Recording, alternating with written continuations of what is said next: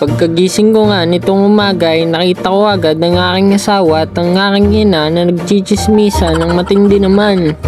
Itong si dalawang marites na ito ay kung ano-ano ang kanilang pinag-uusapan. Kaya naman binidyuhan ko sila para nga may record tayo sa kanilang mga sinasabi, habang nakita ko itong aking anak na busy nga siya sa pagkain ng tinapay at nabaligtad na nga sa sobrang busog niya. At nang kami nga ay palis na, inintay ko ang aking bayo dito sa may tricycle. Hanggang sa dali-dali na nga kami lumakad dahil nga malilate na naman kami. May makita nga kami, ang dami ditong mga gulay. At eto na nga, nang mausukan kami ng barbecue, kaya may barbecue na kaming dalawa. Nang malapit na nga kami dito sa amin, pagtingin namin ay bukas na nga dahil nabuksan na ito ng aming mga katrabaho. At ito nga, inaabot ko sa aking katrabaho itong mga box na ito para ipatas naman niya sa taas, dahil yan nga pala yung diniliver sa amin kahapon. At ito na nga ang aking napakaraming order na naman ng ating customer, kaya tudahanap na naman tayo sa aming Magic Bodega ng mga item na nawawala. At pagkatapos nga namin ay nagkalas kami nitong chandelier na display namin, dahil kahit nga display nagustuhan ni customer, kaya naman kinalas muna namin. Di nga pwedeng palang ipadala yan sa customer ng buo na ganyan, dahil ikaw ang mananagot kapag nga nabasag ang kanilang mga kristal. Kaya kinalas muna namin ang aking bayaw upang ilagay nga sa isang box ang mga kristal nito.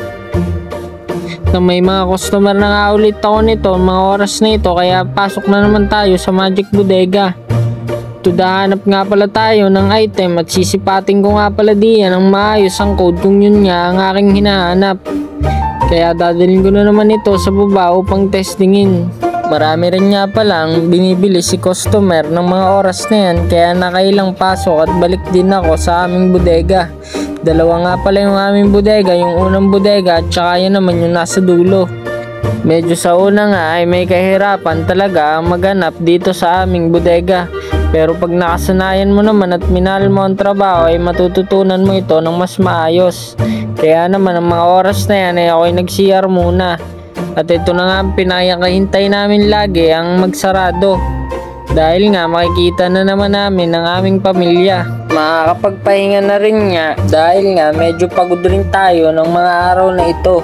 Dahil may karamihan din nga ang ating customer, at nang pauwi na nga ako ay bumili nga ako ng pabili na aking asawang gamot sa butika, tsaka ng mga prutas dito sa grocery store. Yun nga pala ang kinakain ng aking anak. Di nga pala pwedeng mawawalan siya lagi ng prutas at gulay sa kanyang pang araw-araw.